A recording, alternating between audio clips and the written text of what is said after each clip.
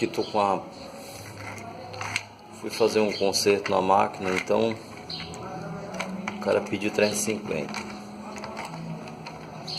Cobrei 250, 100 a menos. Comprei uma placa nova para trocar, certo? Essa aqui deu defeito, então comprei uma placa nova, vou colocar. Isso aqui, que é o que gira, quebrou, tá desgastado, ó. Junto com esse aqui comprei uma nova, pode ver, ó.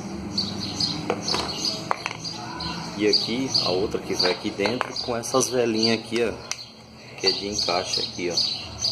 Essa aqui tá trabalhando sem isso aqui, ó, entendeu? Ó, ela fica aqui. Então é fácil de você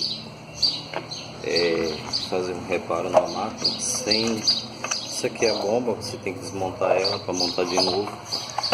E aí você tem que ter essa chave aqui, ó, para tirar ela, ó. Esse parafuso aqui vai aqui dentro, certo? E aí você tem aí